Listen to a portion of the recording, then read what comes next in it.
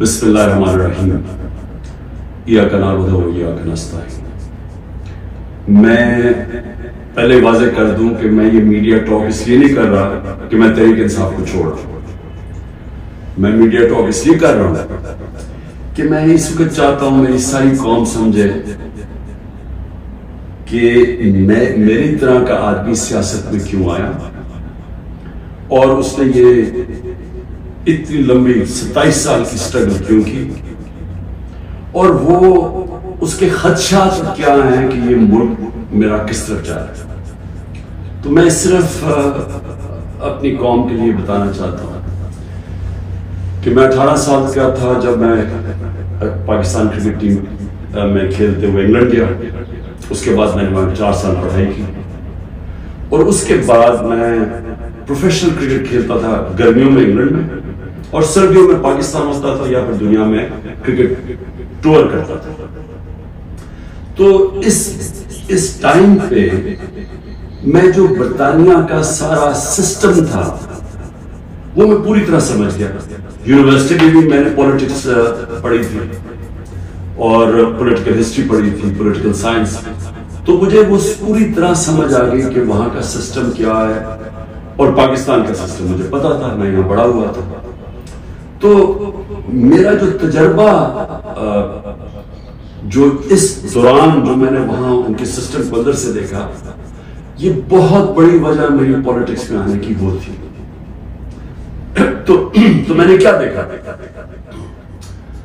میں نے یہ دیکھا کہ اس ملک کی جو سب سے بڑی خوبی یہ تھی کہ وہاں قانون کی حکمرانی تھی، انصاف تھا، رول آف لا تھا، اور میرا سارا جو برطانیہ کے پاکستانی تھے ان سے میری مسلسل ملاقاتیں رہتی تھی، کیونکہ وہ میں کرکٹ کھیلتا تھا، وہ کرکٹ میچ دیکھنے آتے تھے، جب میں میچز کھیلتا تھا، جو پاکستانی انگلینڈ کے اندر تھے وہ میچز پہ آتے تھے، تو میرا انٹریکشن تھا ان سے۔ تو میں جو اوورسیز پاکستانی برطانیہ میں خاص طور پہ ان سے پھر میرا بڑا قریب انٹریکشن ہے۔ تو میں اب آپ کو بتانا چاہتا ہوں کہ فائدہ کیا ہوتا ہے جب ایک ملک میں قانون کی حکمرانی ہوتی ہے، انصاف ہوتا ہے۔ وہ شروع ان کی کہانیاں یہ تھی کہ وہ مزدوری کرنے جاتے تھے، کیونکہ برطانیہ میں مزدوروں کی کمی تھی، تو انہوں نے زیادہ مزدور دنیا میں سے اور ملکوں سے بھی بلائے، جس میں پاکستانی بھی مزدوری شروع کرتے تھے، کیونکہ وہ ایک ایسا ملک جدھر انصاف کا نظام تھا، لیول پلینگ فیلڈ تھی، ان کو وہ پیسہ کماتے تھے، وہ پھر اس پیسے سے چھوٹی سی دکان کھول لیتے تھے، وہ کرتے کرتے وہ معاشرہ ان کو موقع دیتا تھا اوپر آنے کا۔ اور وہ کیوں دیتا تھا؟ کیونکہ جب ایک معاشرے کے اندر انصاف ہوتا ہے وہ آپ کے حقوق کی حفاظت کرتا ہے۔ مطلب یہ ہوتا ہے کہ اگر آپ اپنے ٹیکس دیں، آپ قانون کے بیچ میں رہے، وہ ملک آپ کو آزاد کر دیتا ہے، آپ جو مرضی کریں، کوئی آپ کو پوچھتا نہیں ہے، کوئی رات کو پولیس نہیں آپ کے گھروں میں گھس جاتی، کوئی رشوت آپ سے نہیں مانگتا، کوئی آپ نے اپنا کام کروانا ہے، پاسپورٹ بنوانا ہے، آئی ڈی کارڈ بنوانا ہے، آپ کو کوئی پیسے نہیں دینے پڑتے، آفیسز میں جس طرح رولتے ہیں بیچارے ہمارے لوگ، وہاں کوئی تھانے کچہری کی پولیٹکس نہیں ہے کہ بیچارہ غریب آدمی کبھی تھانے میں رول رہا ہے، کبھی کچہریوں میں رول رہا ہے، کبھی پٹواری سے رول رہا ہے، زمینوں پہ قبضے ہو رہے ہیں، اور سارا وقت ان بیچاروں کو سفارشیں چاہیے تھی۔ اس ملک کے اندر سب سے زیادہ جو پولیٹکس پہ جو ہمارے ایم این ایز اور ایم پیز ہوتے ہیں، ان کا سب سے زیادہ کام کیا ہوتا ہے؟ لوگوں کی سفارشیں جا کے گورنمنٹ آفیسز میں جائے۔ وہاں کیوں نہیں ہوتا؟ کیونکہ وہاں انصاف ہے۔ یہ سمجھنا ہے پاکستانیوں آتے ہیں، انصاف انسانوں کو آزاد کرتا ہے حقوق دے کے، انصاف آپ کو طاقتور سے تحفظ دیتا ہے۔ کوئی بھی آفیشر بیٹھا ہو سرکاری آفس میں، اس کی مجال نہیں ہے آپ کو ذلیل کرنے کی وہاں، کیونکہ وہاں انصاف کا نظام ہے، وہ عدالت میں جا سکتا ہے۔ کوئی اس کی مجال نہیں رشوت مانگنے کی، کیونکہ وہ اس کو عدالت میں جا کے کہہ سکتا ہے اس میں سے رشوت مانگی۔ کمزور کو طاقتور سے انصاف تحفظ دیتا ہے، اس طرح لوگ آزاد ہوتے ہیں۔ تو وہی پاکستانیوں کو میں نے آہستہ آہستہ دیکھا اوپر آتے ہوئے، ان کے بچے گورنمنٹ سکولوں میں گئے، مفت پڑھے، ان کے بچوں کو اعلیٰ تعلیم ملی، ان کو میں نے دیکھا وہ اور آگے پڑھے، وہ ڈاکٹرز بنے، مزدوروں کے بچے، اور سوائے کئی علاقوں میں جو تھوڑی ریسزم تھی، عموماً یہ دیکھا کہ جو وہاں مزدور بھی گئے ان کو دیکھتے دیکھتے بچے آگے بڑھتے گئے، بزنس شروع کی انہوں نے، بڑے کام کیے. لیکن جو بھی یہاں پاکستانی جاتے تھے، جو مجھے ابھی بھی یاد ہے، وہ سارا وقت ترستے تھے کہ میں نے ایک دن پاکستان جانا ہے. وہ پاکستانی میوزک سنتے تھے، پاکستانی فلمیں دیکھتے تھے، کرکٹ میچ دیکھتے تھے، سارا وقت یاد کرتے تھے پاکستان کہ جیسے ہی ہم نے پیسہ کما لیا ہم پاکستان جائیں گے. اب ان کے بچے وہاں پڑھ جاتے تھے، بڑے ہو جاتے تھے. جب بچے تھوڑے بڑھ جاتے تھے، بڑے ہوتے تھے، وہ پھر آپ پاکستان آنے کی کوشش کرتے تھے. اب میں آپ کو بتاتا ہوں کہ کیوں ہم آگے نہیں بڑھ رہے. وہ آتے تھے پاکستان، ان کے بچے جب پاکستان میں بزنس کام شروع کرتے تھے ان سے کام ہی نہیں ہوتا تھا.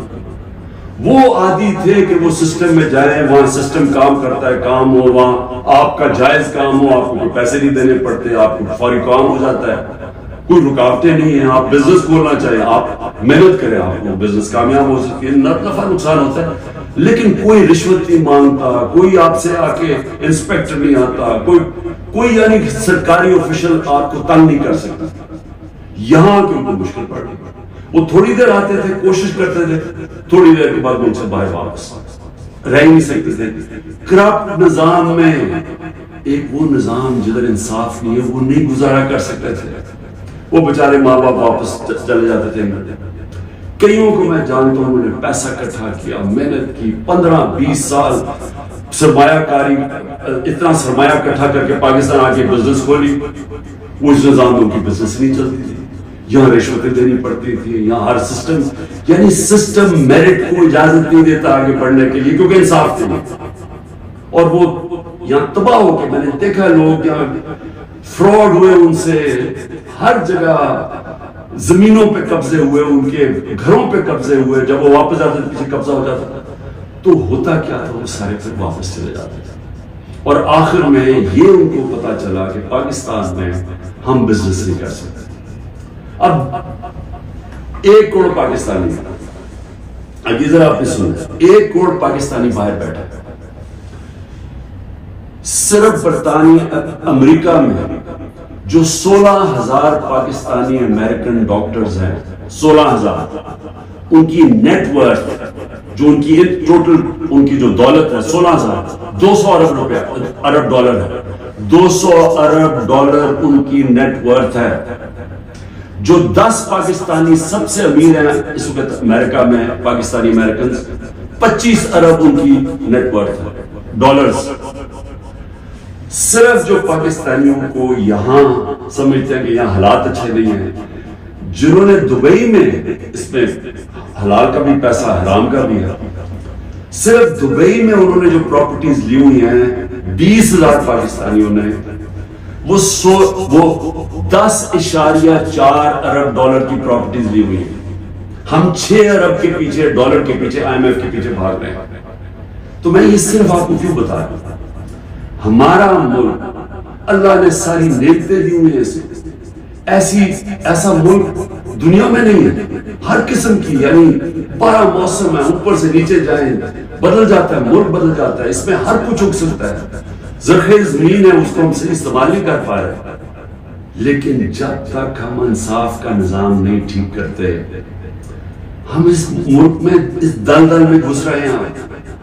میں اب آپ کو بتاؤں کہ میں نے جب یہ پاکستانیوں سے جو برطانیہ میں تھے، کیونکہ میرا اصل میں کرکٹ کھیلتا تھا، میں نے آپ کو بتایا میرے ان سے رابطہ تھا، تو تب میں نے فیصلہ کیا کہ ہم پاکستان کے اندر جب تک یہاں ایک انصاف کا نظام نہیں آتا، ہمارا ملک آگے نہیں بڑھ سکتا.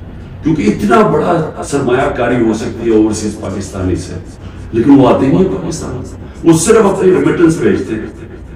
جو اصل تو سرمایہ کاری سے ملک اوپر جاتا ہے. تو میں نے پھر تحریک انصاف بنائی 96 میں، اور اس کا نام تھا انصاف کی تحریک. اس کی نظریہ کیا تھا؟ اسلامی فلاحی ریاست. وہ نظریہ کدھر سے لیا؟ جو قرارداد پاکستان ہے، آبجیکٹو ریزولوشن، جس میں مدینہ کے ریاست، اس کے اوپر طرز کے اوپر انہوں نے اسلامی فلاحی ریاست لکھی. کیونکہ اسلامی فلاحی ریاست ہمیشہ مسلمان مدینہ کی ریاست کی طرف سوچتا ہے، وہ دنیا کی تاریخ کی پہلی فلاحی ریاست ہے۔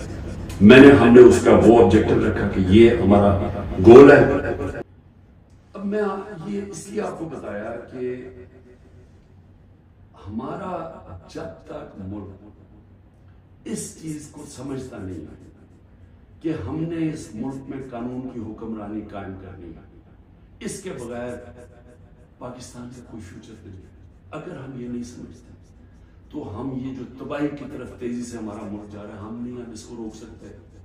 میرے پاس ابھی اعداد و شمار ہیں جو اس موجودہ حکومت نے پرنٹ کیے، میں بھی آپ کو وہ بتاؤں گا کہ ایک سال میں ہوا کیا ملک۔ لیکن میں نے ایک اور چیز جو کیونکہ میرا برطانیہ میں اندر سے باہر سے اس کے معاشرے کو جانتا تھا، اور جب میں کرکٹ کے آخری دنوں میں میرا سفر شروع ہو گیا، میرے دین کی طرف بھی اسلام کی طرف بھی میں نے پڑھنا شروع کر دیا اور میرا سفر شروع ہو گیا، تو میں نے اس نتیجے پہ مجھے پہلی دفعہ سمجھ آئی کہ جو مدینہ کی ریاست جو میرے نبی صلی اللہ علیہ وسلم کی سنت ہے، کیوں اللہ ہمیں حکم کرتا ہے کہ ان کے راستے پہ چلا؟ کیونکہ اللہ نے نبی صلی اللہ علیہ وسلم کو رحمت للعالمین کا خطاب دیا ہوا ہے، سب انسانوں کے لیے رحمت بن کے آئے تھے۔ اس کا مطلب کوئی بھی انسانی معاشرہ اس مدینہ کی ریاست کے اصولوں پہ چلے گا، اوپر آ جائے گا، ادھر خوشحال ہو، اللہ کی برکت آ جائے گی۔ آج آپ صرف یہ دیکھیں کہ مدینہ کی ریاست کن اصولوں پہ کھڑی ہوئی تھی؟ سب سے پہلے عدل اور انصاف۔ عدل اور انصاف کا مطلب یہ حقوق، انسانی حقوق، ہر انسان کے جب اس کو حقوق ملتے ہیں وہ آزاد ہو جاتا ہے، اس کو طاقتور سے تحفظ مل جاتا ہے، اور انسانوں کو حقوق دے کے پھر فلاحی ریاست بنائی جاتی ہے کہ ایک ریاست میں انسانیت کا نظام ہے، کہ ایک ریاست کمزور کا ذمہ داری لے اپنے کمزور طبقے کی، غریب کی، بیواؤں کی، معذوروں کی، یتیموں کی، بوڑھوں کی پینشنز نکلی مدینہ کی ریاست، یہ پہلی دفعہ ہوا تھا۔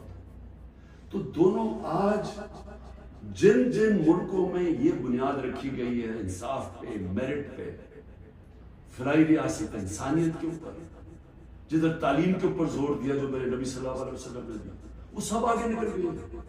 آپ ایک ملک دیکھ لیں جو آج خوشحال ہے، وہ سب یہ وہی اصولوں پہ وہ کھڑے ہوئے، کیونکہ رحمت للعالمین تھے کہ جو ان کی سنت پہ چلے گا اس کو اللہ اس معاشرے کو برکت بخشے گا۔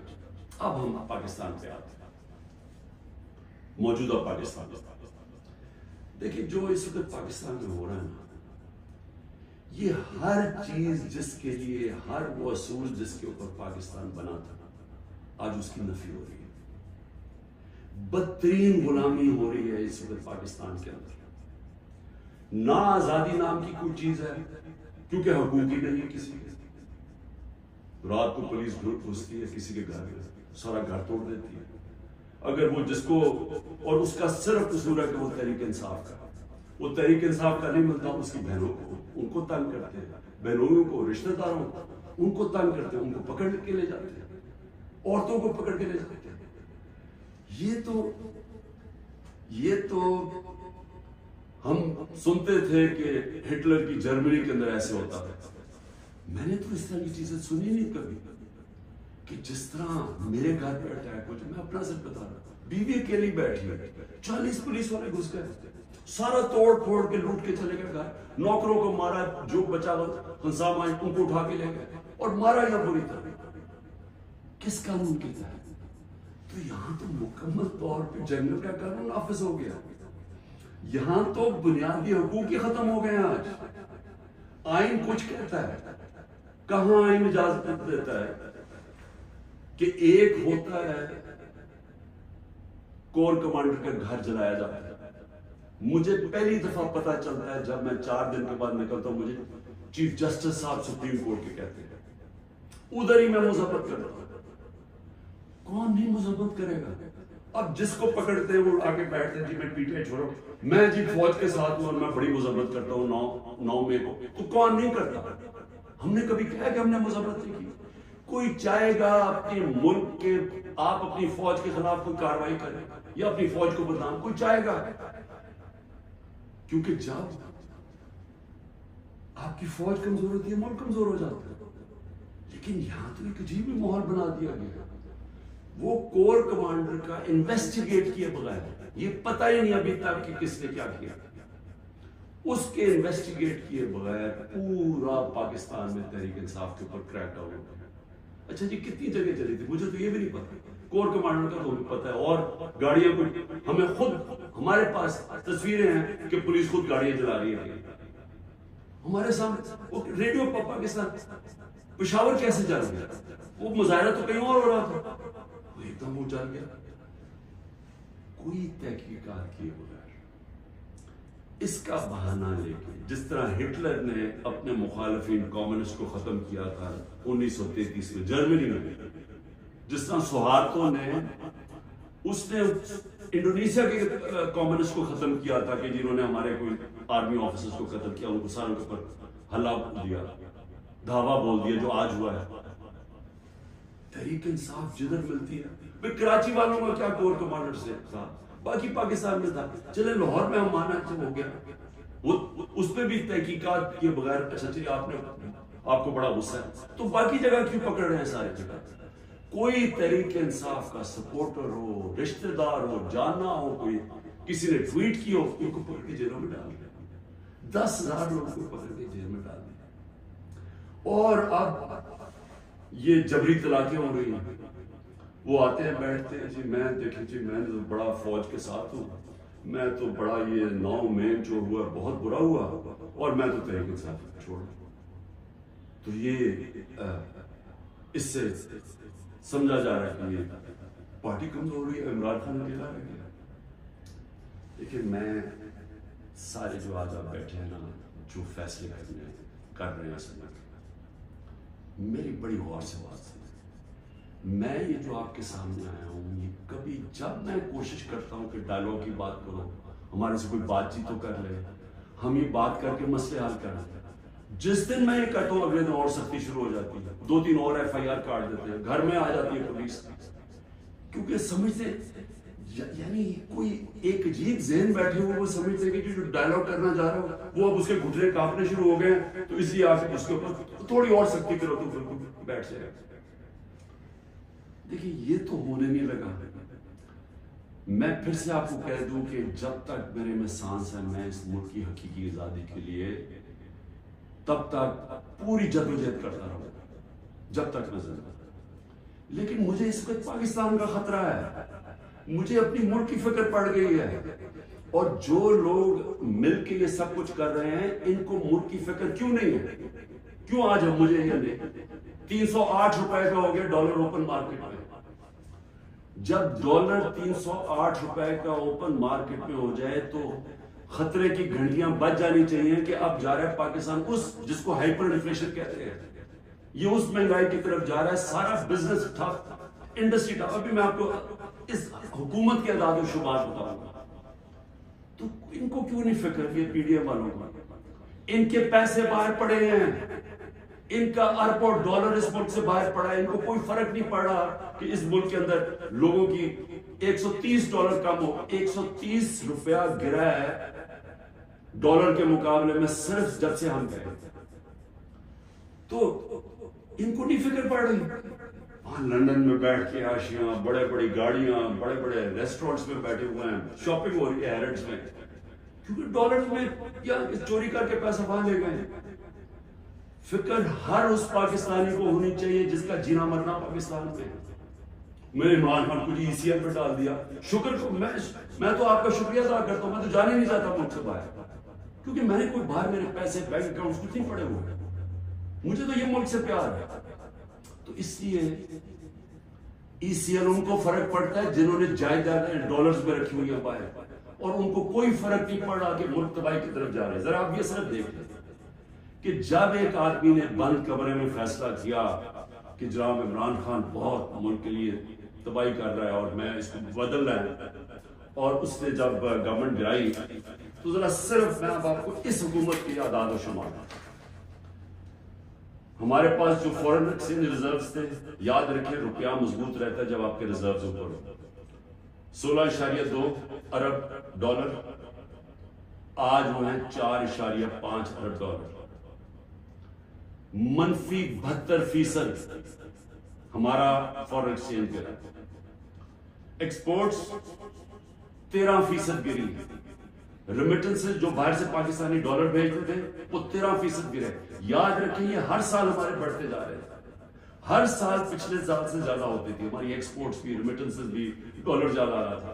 اب جب سے یہ آئے 13% دونوں نیچے چلے گئے بجائے اوپر جانے کے. اس کا مطلب ڈالر کم آ رہے ہیں پاکستان میں، قرضے بڑھتے جا رہے ہیں، ڈالر کم آ رہے ہیں اور ہم نے قسطیں بھی دے دی. ٹیکسٹائل ایکسپورٹ جو ہماری سب سے بڑی ایکسپورٹ ہے، منفی 14% گر چکی ہے. انٹرسٹ ریٹ، اب بزنس کام کون کرے گا؟ ہم جب تھے 9.8 تھا، آج 21% ہے ہمارا سود. ایکسچینج ریٹ ہے آفیشل 180 کرنے ہمارا تھا، جب ہم گئے 180 روپے ڈالر تھا. آج 287 روپے ڈالر آفیشل ریٹ ہے اور 308 پہ پہنچ گیا ہے اوپن مارکیٹ پر. مہنگائی کے اوپر بڑا شور مچا تھا. 12.7% تھی ہماری کنزیومر پرائس انڈیکس. مہنگائی کی دو ہوتی ہیں قسمیں. ایک جس کو کہتے ہیں کنزیومر پرائس انڈیکس جو سی پی آئی ہوتی ہے، وہ 12.7 تھی. آج 36.4% ہے. پاکستان کی تاریخ کی سب سے بڑی مہنگائی ہے. لیکن اس سے زیادہ خطرناک جو سینسٹیو پرائس انڈیکس ہے وہ 14.2 ہمارے دور میں تھی. آج وہ پاکستان میں 42.1% ہے. پٹرول، یاد رکھیں ہمارے دور میں پٹرول 110 سے 115 لیٹر 110 سے 115 ڈالر پہ بیرل گئی تھی. آج وہ 70-80 کے بیچ میں ہے، یعنی ادھر سے آج تھا. ہمارے دور میں 150 روپے لیٹر پیٹرول تھا، 145 روپے لیٹر ڈیزل تھا. آج ڈیزل پہنچ گیا 260 روپے اور پیٹرول پہنچ گیا 270 روپے. جب پیٹرول مارکیٹ میں نیچے، انٹرنیشنل تیل نیچے چلا گیا تو یہ آپ دیکھیں تقریباً 100 روپے اوپر گیا. آٹا ہر آدمی کو افیکٹ کرتا ہے. ہمارے دور میں 55 روپے تھا کے جی، آج وہ پہنچ گیا 136 روپے کے جی. 130% کا اضافہ ہوا اس میں اور یہ عام آدمی کو سب سے زیادہ تکلیف دے رہی. چاول 103 روپے کے جی تھا، آج 202 روپے کے جی. 95% ہمارا چاول کی قیمت بڑھی ہے. یہ بھی عام آدمی کا. گھی انٹرنیشنل مارکیٹ میں جو پام آئل ہم امپورٹ کرتے ہیں وہ آدھا ہو گیا. آج ہمارے دور میں 468 روپے کے جی تھا، آج 603 روپے کے جی، جبکہ آدھا ہو گیا انٹرنیشنل مارکیٹ. اور دودھ 117 روپے لیٹر تھا، آج 170 روپے لیٹر. میں اور بھی آپ کو بتا دوں کہ جس سے آپ کی دولت میں اضافہ ہوتا ہے، ہماری جو گروتھ ریٹ تھی، یعنی جس ریٹ پہ ہماری دولت میں اضافہ ہو رہا تھا، جس کو جی ڈی پی کہتے ہیں، جی ڈی پی میں اضافہ، وہ 6.1% تھی. آج وہ چلی گئی ہے منفی 0.2%. 0.2% پہ چلی گئی. انڈسٹریز، ہماری اوور آل انڈسٹری 6.8% پہ بڑھ رہی تھی، آج وہ -2.9% پہ چلی گئی. یعنی جس سے آپ کے ملک میں دولت بنتی ہے، جس سے آپ ٹیکسز بڑھتے ہیں، جس سے آپ روزگار دیتے ہیں، وہ انڈسٹری جو زیادہ تر انڈسٹریز وہ -2.9 پہ پہنچ گئی ہیں. اور جو لارج اسکیل مینوفیکچرنگ جس سے سب سے زیادہ دولت میں اضافہ ہوتا ہے، وہ ہمارے دور میں 11.9% پہ بڑھ رہی تھی، وہ آج منفی 7.9% پہ چلی گئی. تقریباً 8% منفی پہ چلی گئی. جو کنسٹرکشن ہے جس سے سب سے زیادہ نوکریاں ملتی ہیں، وہ 1.9% پہ بڑھ رہا تھے ہمارے دور پہ، آج وہ -5.5% پہ چلی گئی. اور پھر کاٹن، کیونکہ ہمارا سب سے زیادہ جو کپڑا بناتے ہیں ہم، اس سے ہمارا اضافہ بھی ہوتا ہے، نوکریاں بھی ملتی ہیں، ایکسپورٹس بڑھتی ہیں. وہ 9.2% پہ بڑھ رہی تھی، آج وہ 23% پہ پہنچ گئی ہے، یعنی کہ بند ہو رہی ہے انڈسٹری۔ میں یہ آپ کو یہ صرف فگر اس لیے دے رہا ہوں، اور جو بھی ہمارے اس ملک میں فیصلے کر رہے ہیں میں اس لیے آپ کو کہہ رہا ہوں کہ یہ ملک تباہی کی طرف جا رہا ہے، ان کے پاس کوئی روڈ میپ نہیں ہے، جتنا ٹائم دے رہے ہیں یہ ملک نیچے جاتا جا رہا ہے۔ جن لوگوں کے پاس ڈالرز میں باہر پیسے نہیں رکھے ہوئے ان سب کے لیے تباہی آئی ہوئی ہے، سارا تنخواہ دار طبقہ تکلیف میں ہے۔ جس کے پاس سیلریز ہیں ان کا اگر 100 روپیہ سال پہلے اگر 100 روپیہ چیزیں خریدا تھا وہ 50 روپے رہ گئے، تو یہ تو ایک عذاب آنے والا ہے۔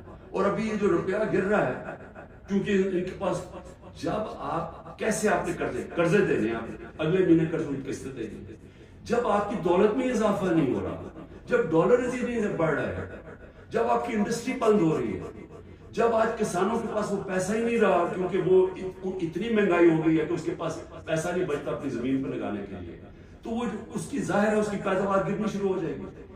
تو ہم نے کدھر سے قرضے واپس کرنے؟ ہم آج پاکستان میں ہمیں یہ سمجھنا چاہیے کہ ہم اگر اس وقت اس کو ہم ٹھیک نہیں کرتے یہ سب کے ہاتھ سے نکلنے والی ہے۔ دیکھیں معاشرہ کنٹرول سے باہر بھی نکل جاتا ہے۔ سری لنکا میں اس سے کم حالات تھے جبکہ لوگ سڑکوں کے اوپر آ گئے، ابھی تک لوگ سڑکوں پہ کیوں نہیں آ رہے؟ کیونکہ انہوں نے الیکشن کی امید لگائی ہوئی ہے کہ ہم جو ہمارے سے ہوا ہے وہ اندر گھروں میں بیٹھ کے تپے ہوئے ہیں کہ جب الیکشن آئے گا تو ہم ان کو سبق سکھائیں گے۔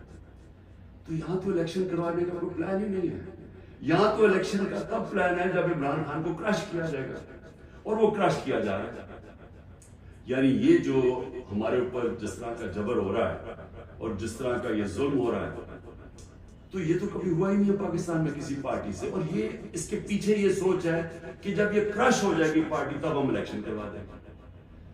دیکھیں کیونکہ میں بڑا ہوں، میں نے ایسٹ پاکستان مجھے یاد ہے، میں بار بار لوگوں کو بتاتا ہوں کہ آخری فلائٹ میری آئی تھی ڈھاکہ سے، میں انڈر 19 کا میچ کھیلنے گیا تھا، اس کے بعد آپریشن شروع ہو گیا تھا اپریل 71 میں۔ دیکھیں ہوا کیا تھا اس پاکستان میں، یہ پھر سے یاد رکھیں، تاریخ سے سیکھنا چاہیے۔ ذوالفقار علی بھٹو نے 81 سیٹیں جیتی پاکستان میں 138 میں سے، اور کہا تھا ذوالفقار علی بھٹو کا انقلاب آ گیا تھا، اور واقعی انقلاب آیا، روٹی کپڑا مکان کا انقلاب آیا، لیکن 138 میں سے ذوالفقار علی بھٹو نے 81 سیٹیں جیتی، اور اس نے جو نعرہ تھا کہ میں پہلی دفعہ عوام کا نام لیا، پہلے تو عوام کا نام ہمیں پتہ نہیں عوام کیا ہوتی ہے کیونکہ پہلے تو اور قسم کی سیاست ہے، تو اس نے ایک ذہنوں میں انقلاب لے کر پہلی دفعہ عوام کی بات کی۔ لیکن مجیب الرحمان 162 سیٹیں تھی ایسٹ پاکستان میں، اس نے 160 جیتی، صرف 2 سیٹیں ہاری اس نے۔ تو وہ کیا کہہ رہا تھا؟ وہ انصاف کہہ رہا تھا کہ ہمارے سے انصاف نہیں ہو رہا، ہمارے حقوق نہیں مل رہے، ایسٹ پاکستان کو کالونی کی طرح رکھا جا رہا ہے، ہمیں سیکنڈ کلاس شہریوں کی طرح رکھا جا رہا ہے۔ اور وہ انصاف مانگ رہا تھا، حقوق مانگ رہا تھا، وہ آزادی نہیں مانگ رہا تھا۔ جب ہم نے آپریشن شروع کیا تو وہ پھر حقوق سے آزادی کی طرف چلا گیا، وہ بات کرنے کے لیے بھی تیار تھا۔ اور ہمارا، مجھے ابھی بھی یاد ہے جب ہمارا ملک ٹوٹا تھا، میں انگلینڈ میں تھا، پڑھ رہا تھا، تو جو دھچکا ہم سب کو لگا تھا، یعنی ہم ہل کے رہ گئے تھے۔ پھر لوگوں نے اپنے دل بلائے، نہیں جی اس پاکستان تو بڑا غریب ملک تھا، ہمارے اوپر بوجھ تھا، وہاں سائیکلون آتا تھا تو ہمیں ان کو پیسے دینے پڑتے تھے، اس طرح کی باتیں کی۔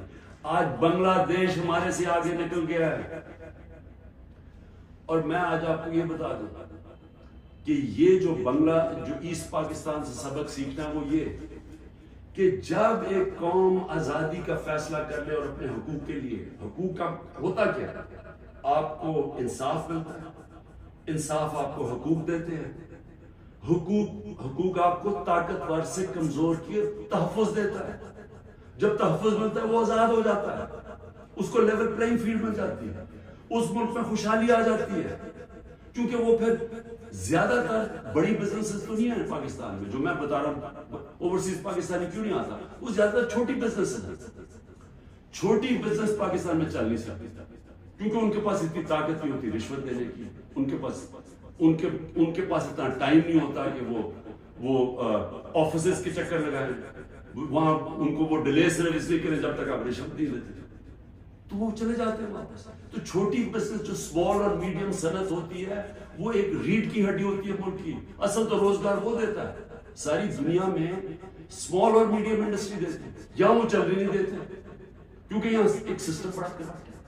تو جو میں آج آپ کو کہنے کی کوشش کر رہا ہوں کہ انصاف جب ایک لوگوں کے دلوں میں چلا جاتا ہے کہ ہمیں انصاف چاہیے، ہمیں حقوق چاہیے، ہمیں آزادی چاہیے، پھر آپ ان کے اوپر جو مرضی کریں، ملٹری آپریشن بھی، وہ پھر بیج دل سے نہیں نکلتا، کیونکہ جو اللہ نے ہمارے اندر یہ پیدا کیا ہوا ہے آزادی کا، یہ جو آزادی کا بیج ہے، یہ انصاف اور آزادی ساتھ ساتھ جاتے ہیں، یہ اندر ہے ہمارے۔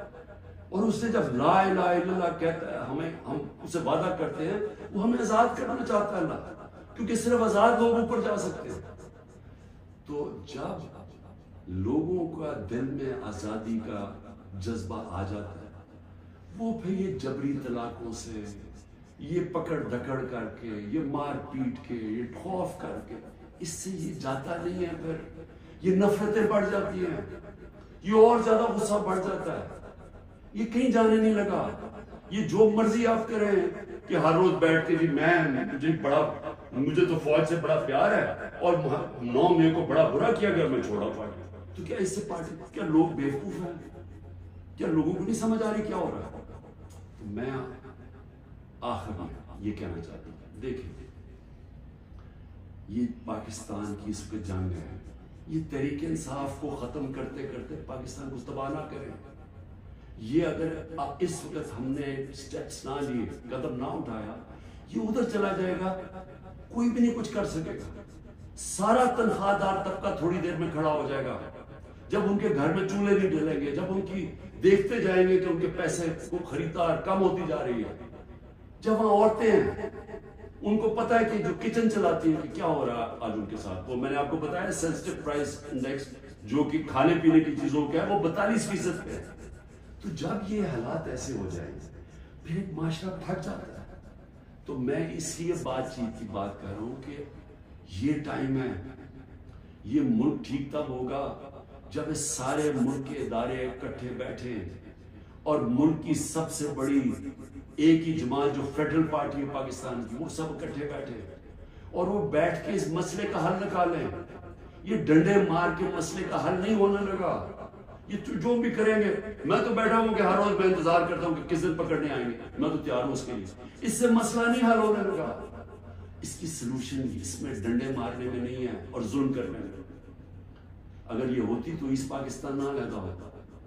اس کا مسئلہ اس ملک میں قانون کی حکمرانی قائم کرنا ہے، ادارے مضبوط کرنا ہے، سارے اداروں کو اپنے آئینی رول کے اندر فنکشن کرنا ہے، لوگوں کو آزاد کرنا ہے، ان کو حقوق دے کے۔ کبھی اس ملک میں نہیں ہونا چاہیے کہ لوگ گھروں میں بیٹھے اور رات عورتیں نہ پرواہ چادر نہ چادر والی لوگ آئے گھر توڑ کے چلے گئے اور کوئی پوچھنے والا نہیں ہے، اور انہیں پتا ہے کیونکہ وہ طاقتور ہے، کوئی پوچھے گا نہیں۔ عدالتوں سے سارا خوف چلا گیا، عدالتیں جا کے فیصلہ کرتی ہیں، عمران ریاض کو لے کے آؤ، وہ ابھی تک پتہ ہی نہیں ہے وہ کدھر چلا گیا۔ اور جس طرح کے تشدد کی میں نے کہانیاں سنی ہیں کہ جو باہر نکلتے ہیں، کئی لوگوں کو، سب کو نہیں کیا، کئیوں کو تو برے حالات میں رکھا کہ اتنے چھوٹے سے دڑبوں کے اندر لوگوں کو بند کیا ہوا، لیکن کئیوں پہ تشدد کیا۔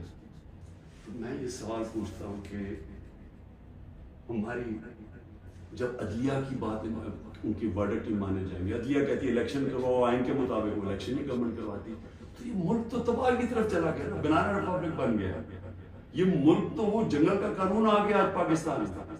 تو میں اس کی آخر میں اپیل کرتا ہوں کہ بات چیت کرنی چاہیے فوری طور پہ، جو یہ کیا جا رہا ہے یہ کوئی حل نہیں ہے، اور اس کو یہ نہ سمجھیں کہ عمران خان کی کمزوری ہے، کیونکہ جب میں یہ بات چیت کی بات کرتا ہوں اور سختی آ جاتی ہے، باہر پولیس پہنچ جاتی ہے، وارنٹ نکلاتے ہیں، یہ مجھے اس سے کوئی فرق نہیں پڑتا۔